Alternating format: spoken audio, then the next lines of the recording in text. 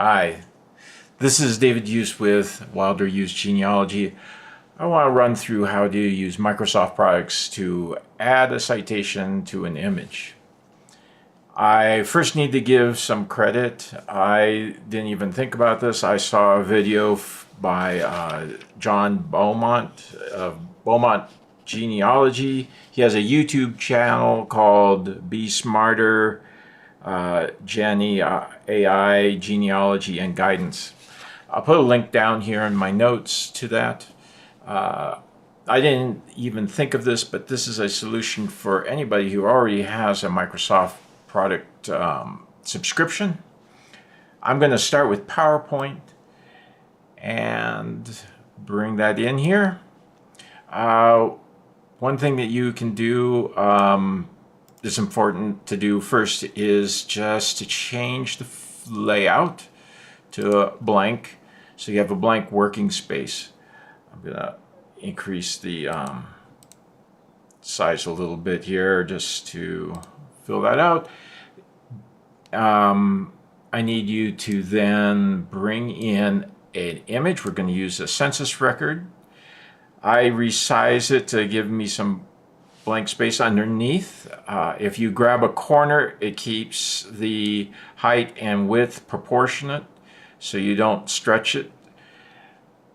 What you need to do is then use the insert and add a text box right there. The other way to get to the text box is through shapes right there. And I just click down below, and of course that isn't going to work.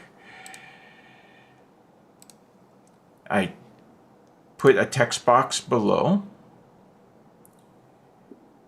move it up. I reshape it before I insert text, otherwise it will just run wild off to the right here. I do have citations written in Word beforehand. I keep all my citations in a separate file, and remove that return mark. This is now the wrong size. I can change the font and go right here. There, change the font. And I like Arial. Change it to the text size that fits. Make sure it's all proportionate. You might have to shrink the image to get these things all right. Then make sure to change the fill to white on the text box. You can do it this way, or you can right click on a PC. I don't know how it works on the Mac, but you can then change the fill to white. The next step is to group these two graphic components. So you have a text box and then the census image. You click one of the two, push Control, and click on the second so that both are selected. You can see the little circles on both. You then go to picture format and push group, or you can right click once they're both selected and you can use group that way. Now that you have your image, your citation, and your image, this is a census image, grouped together, you right click, choose Save as Picture, and find the place that you want to save this to. I've already got my folder selected.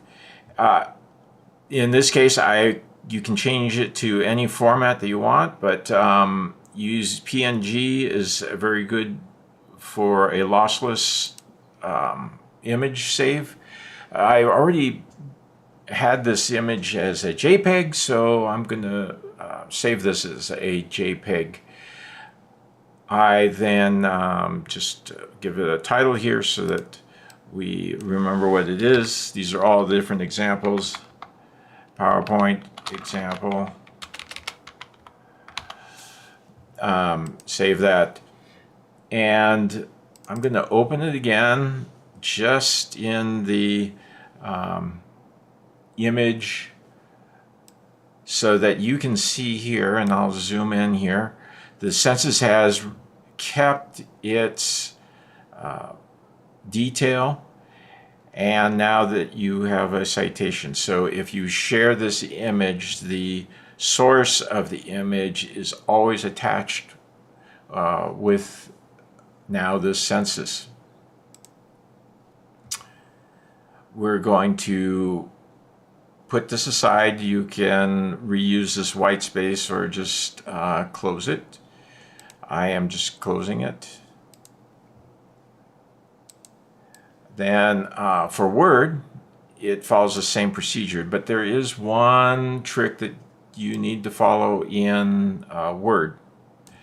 So you bring in the image, almost the exact same steps, except the one trick is right here, and you need to remember this, that the layout here defaults to in line with text. So normally Word's used as a word processor. You bring in an image, you want it in line, and the text goes around it. Well, if you leave this in this format, it won't let you group your images. You need to change it to anything with text wrapping. So just choose any of them and you're going to be okay. Now that we have that set, we can bring in a text box. You can go with this, or again under shapes and click down here. So personally, the method using this text box gives you all these different options. The simple text box, it just requires more steps. I have found that if you use shapes and bring in just a simple text box, it will require less alteration. That's just my opinion. But what you now can do is bring in your citation, and we're going to paste it here. Word tries to format it to make it all fancy. You might have to go into paragraph and change this. You will have to change likely the font, and you're going to have to shrink this up. And because of this large image, I like to use about 8 font here in this case. So now here you go. Now you have that citation. Make sure to change the background, the text box fill to white. You can use this way again, or you can right click and push white fill. It's important to get that white background. If you save as PNG, if there's no white background, it just is transparent and with text. So in JPEG it defaults to white if you don't have anything. But just put that white text box. Now you have to do the grouping. You click the top image, control, click text box. I just didn't get them both there. Now they're both highlighted. I click back, control, click on the top image, and again format picture, and you have in here the group option, or right click and group. Before you do save as, it has to be grouped, so that you go save as picture. And again, I can save this Word example. Oh, and change it to JPEG in this case. Again, PNG is a lossless format, so that is good for if you have all your images as lossless images.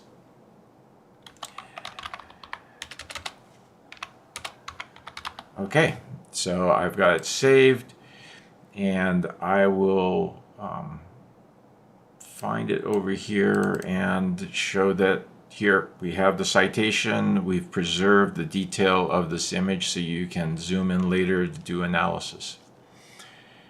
Anyway, I hope this helps. Thank you for listening, and good luck in your genealogy research.